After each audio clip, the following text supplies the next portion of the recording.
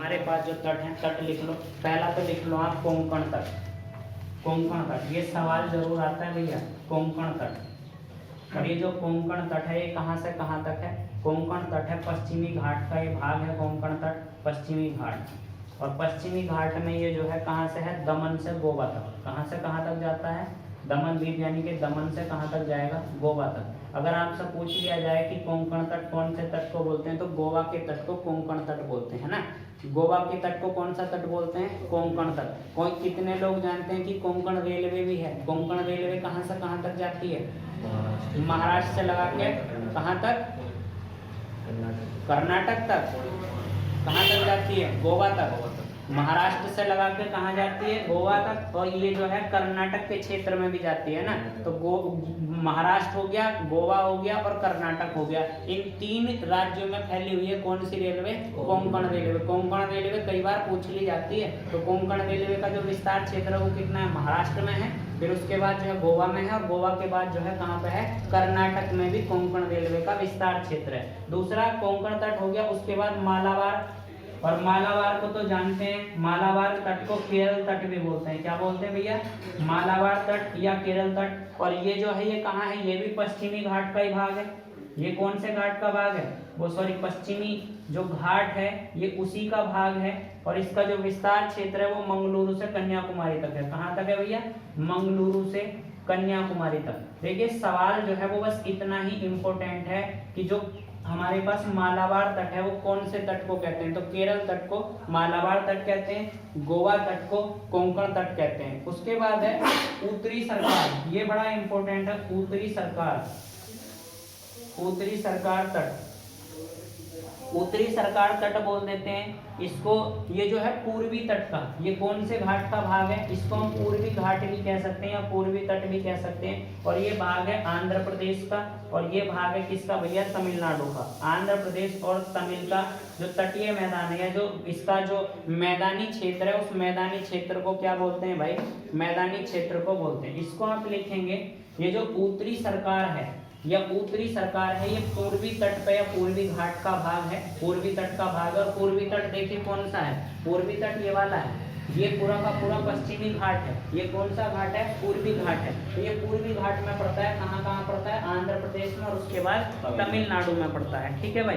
उसके बाद इसमें अगर नदी भी देखेंगे उत्तरी सरकार में, तो एक तो इसमें कृष्णा देख लो आप, एक गोदावरी देख लो। तो अगर कई बार पूछने के लिए आ जाए तो आप कृष्णा और गोदावरी के बीच का जो क्षेत्र बताओगे वो कौन सा बताओगे? कृष्णा और गोदावरी के बीच के क्षेत्र को क्या कहते हैं भाई? इसको कहते हैं उत्तरी सरकार। इंपॉर्टेंट है, बहुत ज्यादा अभी तक पढ़ा भी ना हो शायद तुमने। उत्तरी सरकार। उसके बाद कोरोमंडल के बारे में हम बेहतर तरीके से जानते हैं। और कोरोमंडल जो तट है, ये तट हमारे पास जो है कहाँ है भाई? कोरोमंडल जो है ये आंध्र में और किस में है? तमिलनाडु में। ये भी आंध्रा में पड़ता है और तमिलनाडु में पड़ता है। अब इन दोनों का अंतर समझ लो, आंध्रा और तमिलनाडु में इन दोनों का अंतर समझिए। इन दोनों में डिफरेंस क्या है? देखिए इन दोनों में डिफरेंस ये है, ये भी आंध्रा में और तमिलनाडु में, ये भी आंध्रा में और तमिलनाडु में है। ये उत्तरी सरकार है, ये कोरोमंडल है। कोरोमंडल तो सबको याद होगा।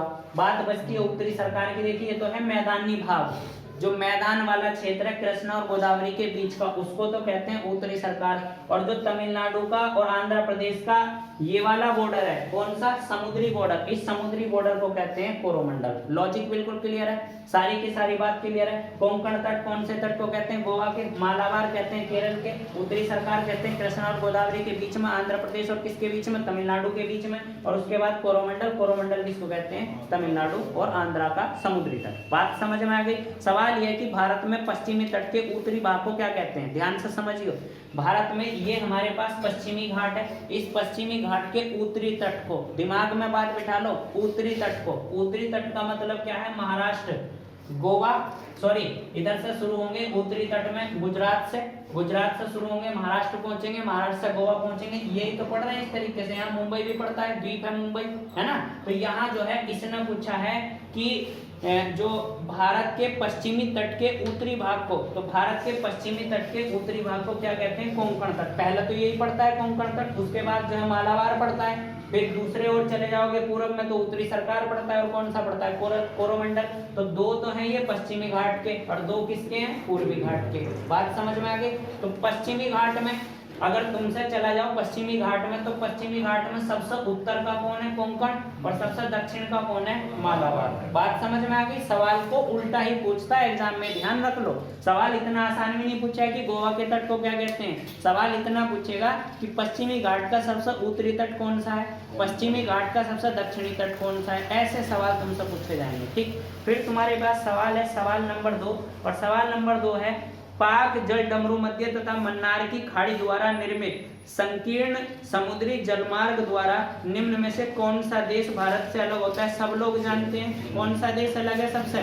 सबसे अलग जो देश है, देखो ये हमारे पास जो है कौन सा है भाई, ये हमारे पास जो है इधर पाक जल डमरू मध्य है, और इधर कौन सा है? ये पाक जल संधि और पाक जल डमरू मध्य। इन दोनों को कौन, इधर भारत हो गया तमिलनाडु का तट, और इधर कौन सा होगा? श्रीलंका का तट। बात समझ में आई कि नहीं है? तो कौन सा तट अलग करेगा? पाक जल डमरू मध्य से कौन सा तट अलग हो, कौन सा देश अलग होगा? श्रीलंका होगा। बात समझ आई कि नहीं है? ठीक है।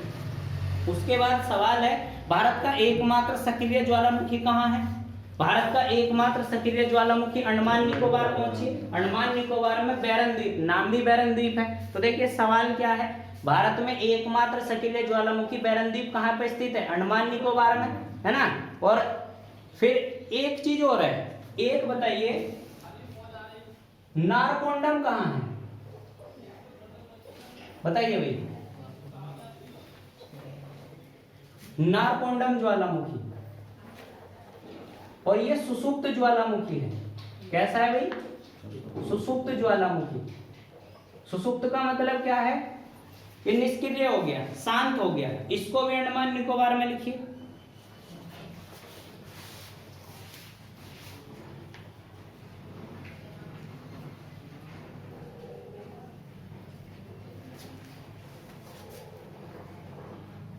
ये बताइए सियाचिन ग्लेशियर का विवाद कौन कौन से देशों के बीच में है? क्यों भाई? सियाचिन ग्लेशियर, सियाचिन ग्लेशियर भारत और चीन के बीच में है, भारत और अफगानिस्तान, भारत और नेपाल, भारत पाकिस्तान। सियाचिन भारत पाकिस्तान, सियाचिन ग्लेशियर भारत पाकिस्तान। उसके बाद खैबर दर्रा बताइए। एक सवाल है, सुदूर दक्षिण बिंदु